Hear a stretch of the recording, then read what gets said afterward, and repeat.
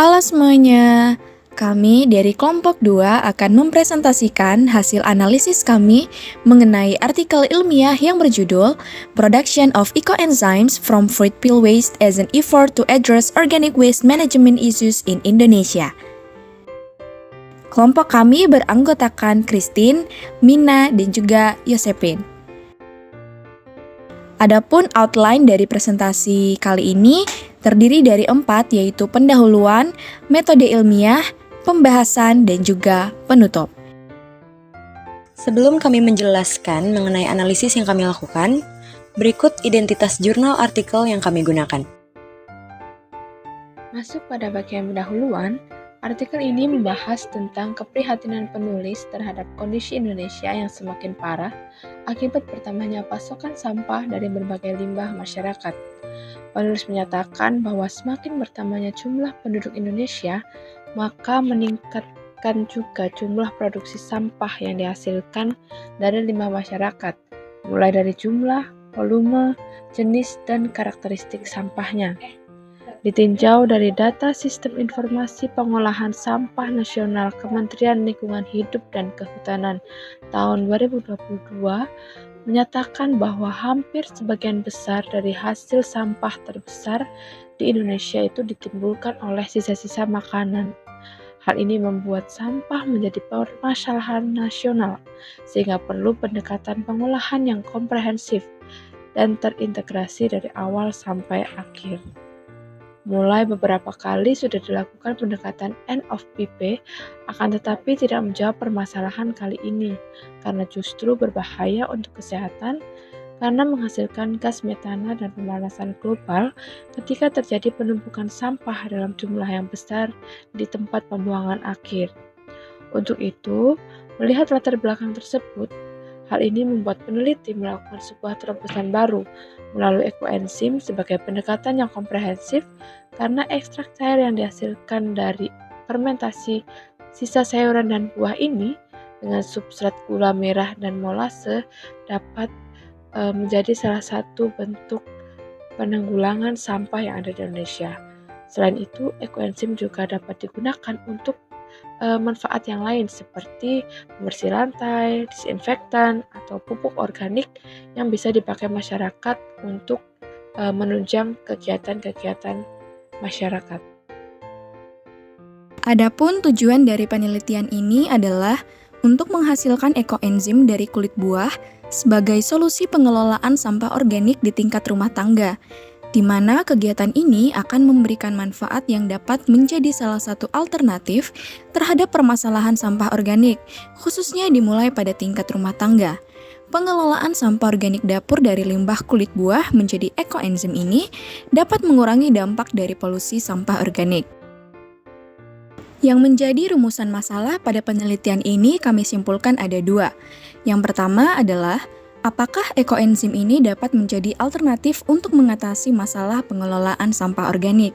Dan yang kedua, bagaimana kualitas fisik ekoenzim berdasarkan warna dan aromanya? Pertanyaan ini muncul karena pembahasan pada jurnal ini berfokus pada kualitas fisik ekoenzim yang dihasilkan, yakni pada warna dan juga aromanya.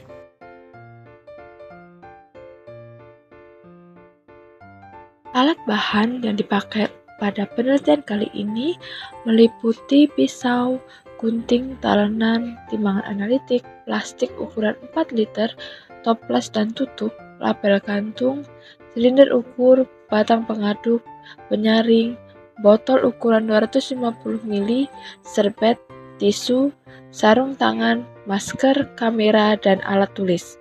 Sedangkan untuk bahannya, kita menggunakan sisa-sisa buah-buahan seperti kulit nanas, jeruk, mangga, manggis, pisang kepok, rambutan, alpukat, jambu biji, serikaya, mentimun, dan kedondong. Dan untuk menunjang bahan-bahan ini, digunakan juga air mineral dan molase tebu. Selanjutnya yaitu tahap pembuatan ekoenzim. Yang pertama, bersihkan seluruh kulit buah secara menyeluruh dengan air mengalir untuk menghilangkan kotoran yang menempel. Lalu tiriskan dan potong kecil-kecil kulit buah dengan ukuran kurang lebih 1-2 cm. Lalu bersihkan botol plastik yang akan digunakan sebagai tabung fermentor dengan air mengalir. Hal ini agar menghilangkan zat lain yang berpotensi merusak produk ekoenzim. Setelah itu keringkan. Pisahkan 5-6 kulit buah menjadi 3 variabel untuk mengamati variasi aroma dan warna ekoenzim yang dihasilkan, seperti yang terdapat pada tabel berikut.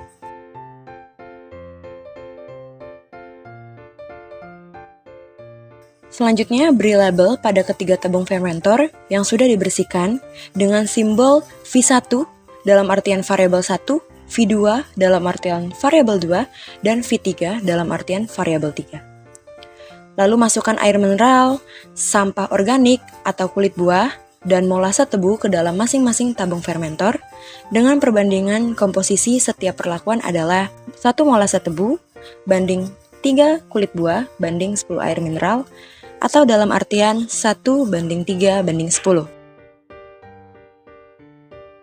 Setelah itu, aduk campuran yang ada pada fermentor, lalu tutup rapat. Lakukan pengadukan setiap minggu dan buka tutup fermentor 3 kali seminggu untuk mengeluarkan sisa fermentasi. Lalu simpan ekoenzim selama 3 bulan di tempat yang kering dan sejuk. Pastikan jauh dari sinar matahari langsung dan tidak terkontaminasi oleh bau yang menyengat. Hal ini agar terjadi proses fermentasi yang lengkap dan produksi ekoenzim yang ramah lingkungan. Setelah fermentasi selesai, ekoenzim siap dipanen. Ekoenzim yang matang memiliki warna kecoklatan dan memiliki aroma yang asam. Lalu simpan cairan fermentasi pada botol plastik atau kaca, lalu tutup botol dengan rapat, di mana sisa produk ekoenzim dapat dimanfaatkan sebagai pupuk organik yang bermanfaat bagi tanaman dan aman bagi lingkungan. Seperti yang sudah disampaikan di bagian awal, penelitian ini berfokus pada kualitas ekoenzim, yakni pada karakteristik fisiknya yaitu warna dan juga aroma. Yang pertama adalah warna. Bisa dilihat pada tabel yang ditampilkan di screen, terlihat perbedaan hasil warna ekoenzim pada proses fermentasi yang berlangsung selama 12 minggu. Namun, pada akhirnya, tiap perlakuan ekoenzim dengan 3 variabel menunjukkan warna kecoklatan yang selaras dengan hasil studi literatur yang menyatakan bahwa fermentasi ekoenzim berhasil jika menghasilkan larutan berwarna kecoklatan. Hasil warna ekoenzim yang dihasilkan pada penelitian ini dapat dilihat di screen yang saya tampilkan. Selain itu, ekoenzim yang baik memiliki nilai pH di bawah 4 atau dalam rentang asam. Dan ekoenzim dalam penelitian ini memiliki kandungan asam organik yang tinggi, seperti asam asetat atau asam sitrat, sehingga memiliki nilai pH yang rendah. Selanjutnya adalah aroma. Aroma ekoenzim sendiri memiliki aroma yang khas yang berasal dari hasil fermentasi.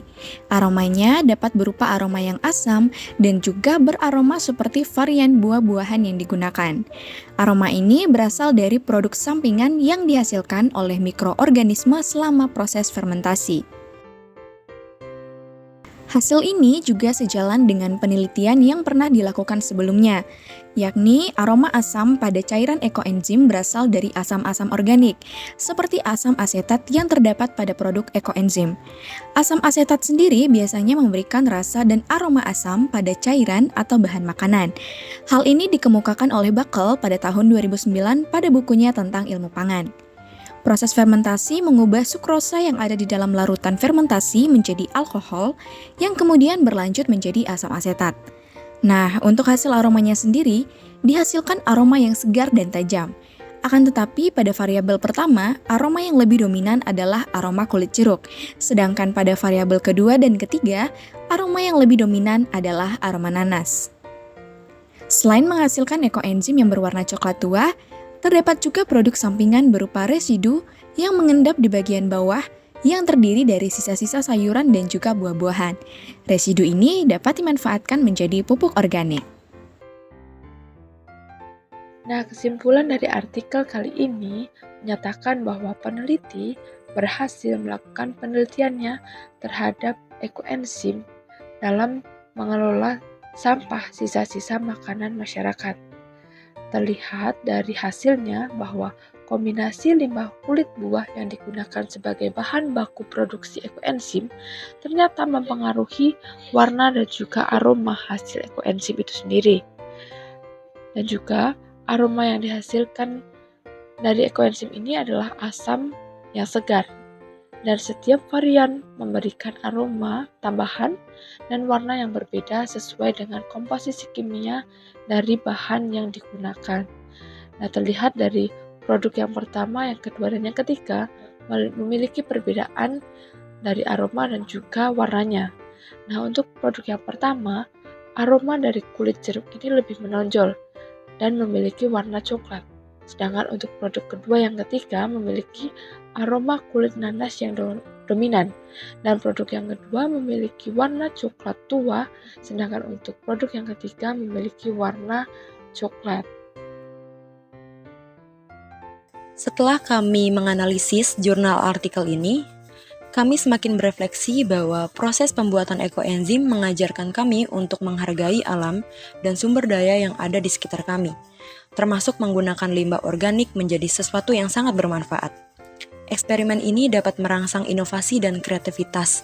Selain itu, pembuatan ekoenzim juga dapat digunakan untuk mengajarkan konsep-konsep ilmiah seperti fermentasi dan biologi mikroorganisme, serta pentingnya daur ulang dan pengelolaan limbah. Seperti yang tertulis dalam Kejadian 1 ayat 28, bahwa alam adalah ciptaan Allah yang sudah menjadi tugas dan tanggung jawab kami untuk menjaga dan melestarikannya. Hal ini merupakan mandat Allah yang harus kami lakukan, salah satunya adalah dengan melakukan eksperimen ekoenzim. Sekian analisis artikel ilmiah yang telah kami lakukan. Kelompok 2 mengucapkan terima kasih dan Tuhan Yesus memberkati.